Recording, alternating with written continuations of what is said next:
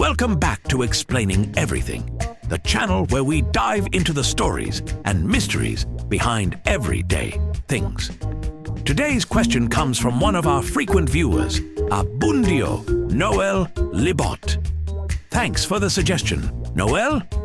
You asked, why do we carbonate our drinks? It's a great question because, let's be real, carbonated drinks are kind of weird. They fizz, they burn in a fun way. And if you drink them too fast, they fight back. And yet, we love them. From sodas to sparkling water to champagne, carbonation has taken over the beverage world. But who started this fizzy obsession? Why does it taste so good? And why does flat soda make us question our life choices? Stick around, because today we're popping the top on the science, history, and downright weirdness of carbonated drinks, right here on Explaining Everything.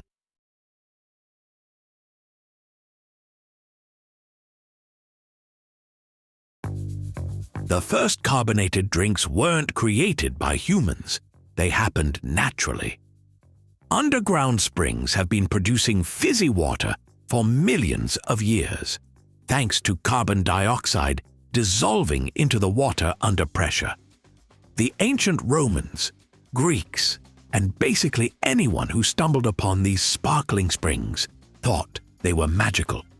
And honestly, if you lived in a world where most water sources were questionable at best, a bubbling spring probably did feel like a divine gift. For centuries, people traveled to these springs, believing the water could heal anything from stomach aches to bad moods. They didn't know why the water was fizzy, but that didn't stop them from drinking it by the jug. However, nobody figured out how to artificially carbonate water until one man decided to get creative with gas. In 1767, an English scientist named Joseph Priestley accidentally invented carbonated water while hanging out at a brewery, because apparently all great ideas start with beer. Priestley noticed that the fermenting beer vats were releasing carbon dioxide gas, so he did what any curious scientist would do. He trapped the gas in a container of water and took a sip. The result? The world's first artificially carbonated drink. It was fizzy, a little tangy, and Priestley thought it was delightful. He wrote about his discovery in a paper titled Impregnating Water with Fixed Air, which sounds both scientific and mildly concerning. But despite the weird name, his idea took off. Not long after, a Swiss watchmaker named Johann Jacob Schweppe, yes, that Schweppe, found a way to mass-produce carbonated water. And by the late 1700s, fizzy drinks were no longer just a happy accident. They were a booming industry. At first, carbonated water wasn't considered a fun drink. It was sold as medicine. Early sodas were mixed with minerals, herbs, and even drugs like lithium and cocaine. Yes, that Coca-Cola wasn't just a name. It actually contained coca leaf extracts in the early days, because nothing says refreshing beverage like a mild narcotic.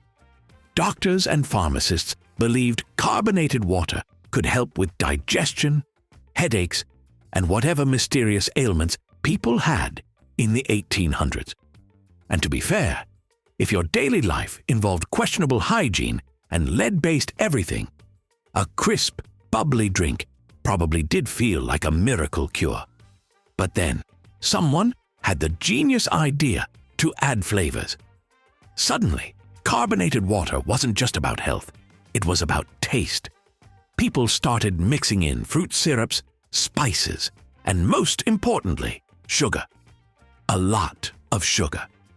By the early 1900s, brands like Coca-Cola, Pepsi, and Dr. Pepper were taking over, and soda became less about medicine and more about pure enjoyment. Now that we know how carbonated drinks became popular, let's talk about why we love them. Because if you think about it, carbonation is kind of weird. It stings, it fizzes, and if you drink it too fast, it feels like it's trying to escape through your nose. So why do we keep drinking it? Turns out there's some fascinating science behind our love for bubbles.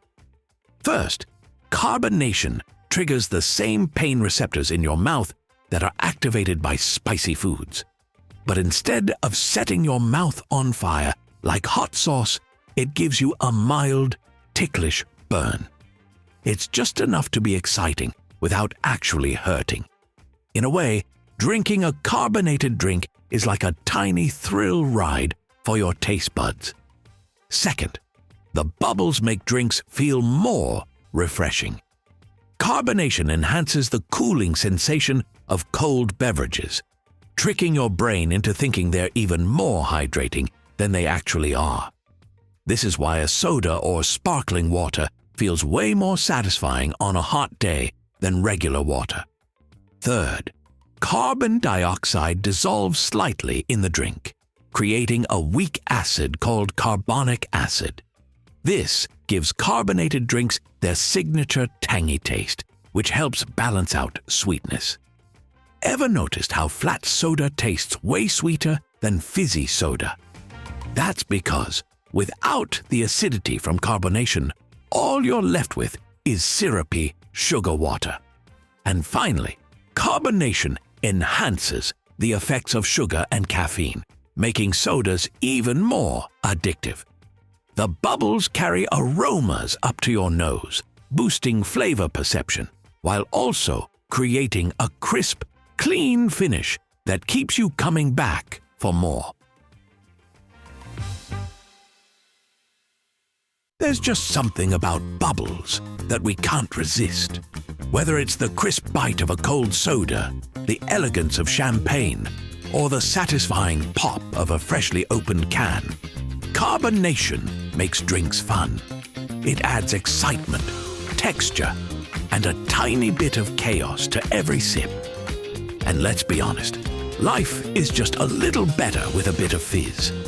So the next time you crack open a cold, carbonated drink, take a moment to appreciate the history, the science, and the weird human obsession that brought it to your hands. And if you accidentally chug it too fast and end up in a burping contest with yourself, well, just know you're not alone.